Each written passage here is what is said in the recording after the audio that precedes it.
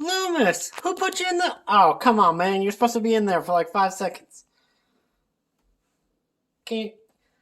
You can't even do the joke. He's like, nah, fuck you. We don't do jokey openings to YouTube videos. Just get to the point. Fine.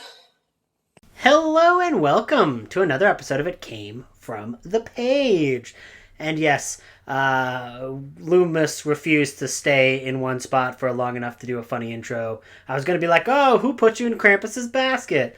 But he was like, I'm not doing that. And I was like, you know what? That's fair. I'm not going to try and make you. I'm only going to try once. So yeah, no funny intro, unfortunately. But we are here with the Christmas Evil Readathon Tag. And of course, it starts off as it should. It's Christmas. We're all holly. We're all jolly. These are the Christmas Angel questions. Tinsel, name a book with a beautiful cover. So I am going to do a brand spanking new book. Came out in the summer of this year. And this is Alien Inferno's Fall. So the Alien books from Titan have been cursed with some terrible covers. And this cover is absolutely beautiful and amazing. And I just want to be like, hey, Titan, do this for all of your books. Like, this is an awesome cover. I love this cover. Tad bit misleading. This doesn't really happen in the story, but that doesn't really matter. It's still super cool, and I loved it. So I love this cover. This is a great book as well if you're at all into the Alien franchise, and I would highly recommend it. But yeah, I just love that cover. So that is my Tinsel pick. Holiday Lights. Name a book that has brightened your mood. I am going to say Lurking in the Dark, a horror tube anthology, for no other reason than all of my friends are good writers. Isn't that nice? None of my friends who are in that book were bad writers, and it's very nice to see. You're like, oh, that's cool. All these people are really, really good and talented. That's awesome. I am happy for all of you. Because, there's always that fear when a friend writes a book and you read it and you're like, oh God, what if it's as terrible? And then, I get this joy of picking up this book, and it has some of my favorite short stories I've read all year. And I've read a lot of short stories, but I'll be doing a top 10 of that later on. But yeah, so that was a very delightful thing. The Star Atop the Tree. Name an author who has been a star, a favorite, or a hit with you this year. This is the very first year that I've ever read anything by Joe Hill.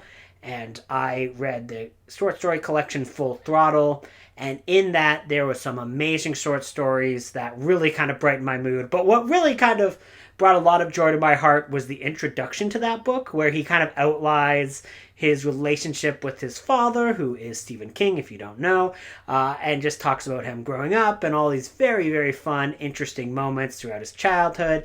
And it just, I don't know, it just found it really heartwarming. And I absolutely loved that short story collection, and I really just kind of enjoyed being happy and enjoying reading about a happy childhood. Oh, okay, what time is it? Oh, crap, it's 12:01. Oh no, I fed Loomis after midnight. The demon of Christmas has arrived.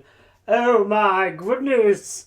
Oh, Loomis, you're going to show your butt to the camera? Of course you are, because now we're evil. No more holly, no more jolly. It's full-on Christmas evil time. Had to remove my Christmas sweater as well. No more fun, no more holly, no more jolly. Now it's time for evil. And so the Grinch, an antagonist from a book or movie that you just love to hate. We should all be rooting for the villains because they're correct and right. I've always loved the Batman villain, the Scarecrow. And this is Batman, Fear Itself. I have not read this book since I was in high school, but hey, that's when I was at my most evil because I had hormones. So yeah, I was evil then, and I was rooting for Scarecrow, my favorite Batman villain. Why was he my favorite Batman villain? He dresses like a scarecrow, and then he goes, "Here's your greatest fears," blah, and then they start hallucinating and doing all crazy shit.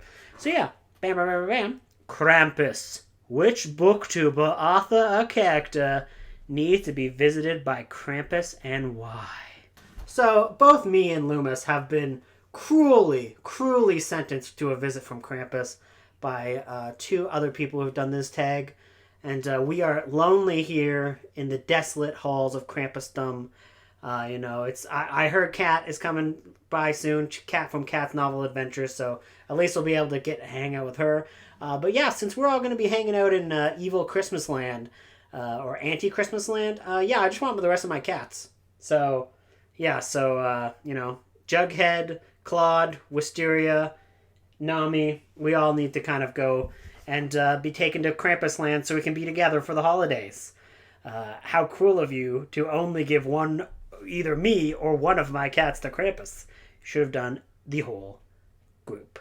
Because we're a family. We have to stay and we have to be evil on Christmas together. Breaking the rules. Don't look a gift horse in the mouth. What's the worst Christmas gift you've ever received? So this is a bit early, but, I feel like God himself granted me a really bad Christmas gift in 2020. And in September, he gave me a stroke, so that was rude. I would like better gifts, God. Next. No holiday cheer here, only holiday fear. Share your scariest holiday memory. So once that for one Christmas, 3/4 of my family had a extremely bad stomach flu, and we were all puking and other terrible things that were happening to our bodies during Christmas, and only my sister, who had it earlier than all of us and gave it to us, she was better by that time, so she got to do all the fun Christmas stuff with the family, and me, my mom, and dad just stayed home and puked our guts out for all of Christmas Day. And that was a bad Christmas. So yeah, that's a scary memory. Don't do that. The candy corn of Christmas. Eggnog. Love it or hate it. Yeah, bitch. I'm basic as fuck, so obviously I like pumpkin spice in the fall. And yeah, I like eggnog. Come on. 9. Ugly Christmas Sweater. Named a book that was so bad, it was good. And for this, I'm going to go with Extraterrestrial by Julian Schock.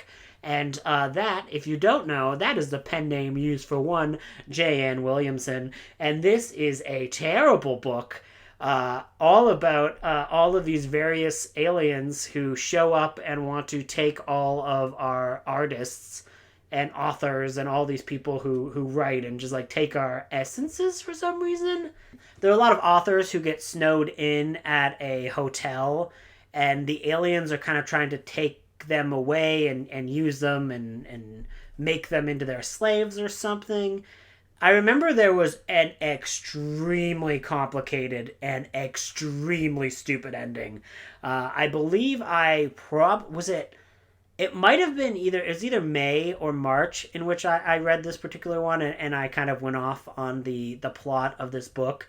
And I remember scenes from this book, but I don't actually remember the final twist, because I believe the twist is something to do with everyone having doppelgangers, that there's a planet that has people who are or look like us. And they have to anything that happens to us on this planet, the opposite will happen to the people on the other side who they're connected with on this planet, who's a whole bunch of light years away. And we find out that the main aliens may be duplicates of our main family. So yeah, it is extremely stupid. It has a plot that does not make any sense. Especially when you start thinking about it, and the way that J.N. Williamson extracts this, because he goes the aliens have made a deal with your planet, because your planet then goes to they go to another planet that will make the people on our planet be altered if they do stuff on that planet. But then I'm well, isn't it a slingshot effect? If they do this and it goes that, doesn't that do that to you? And the book does not explain that or really think about that at all. And yeah, it's extremely stupid, and I loved it. I only gave it 2 stars, so when I say loved it, it's asterisks there. But it was a very fun trash book. Mistletoe Hall. Name a fictional character you'd hate to meet under the mistletoe. Who would I not want to meet under the mistletoe? Like any fictional character? Probably Dracula, man. I don't think Dracula would be good at kissing. He'd just go to your throat, just tear out, and just drink your blood. Yeah, I mean, I guess there are sexy Draculas out there, so at some point in history, Dracula has been a good kisser, but I don't think Bram Stoker's Dracula was kissing nobody. He was ugly, and he was just going, nom, nom, nom, nom, nom, going for the throat. So, yeah, Bram Stoker's Dracula in specifically. And no, I'm not talking about the movie Bram Stoker's Dracula, because even though it was named that movie is a lot different from the book, okay? And also, although, like, I don't really like Gary Oldman that much, and I would not want to kiss him, so, yeah, that also goes there. No Draculas. 10. Colon suck. What's an unpopular or lame gift that you wouldn't mind receiving? No gift at all. That's the one. No gift at all. Every Christmas this happens, where they're like, what do you want for Christmas? And I'm like, no gifts. No gifts. We don't need to exchange any gifts. We could do something together, hang out. But then a whole bunch of people are still like, here's some gifts. And I'm like, well, I asked you what you want and you said nothing. So I respected your wishes and didn't get you anything. But no, every Christmas people get me gifts, even though they ask me and I say nothing or cash. Just give me cash money. If you don't want to give me cash money, then don't give me anything at all. And we could just be friends still. It's fine. We don't need to, like, give mindless gifts to people.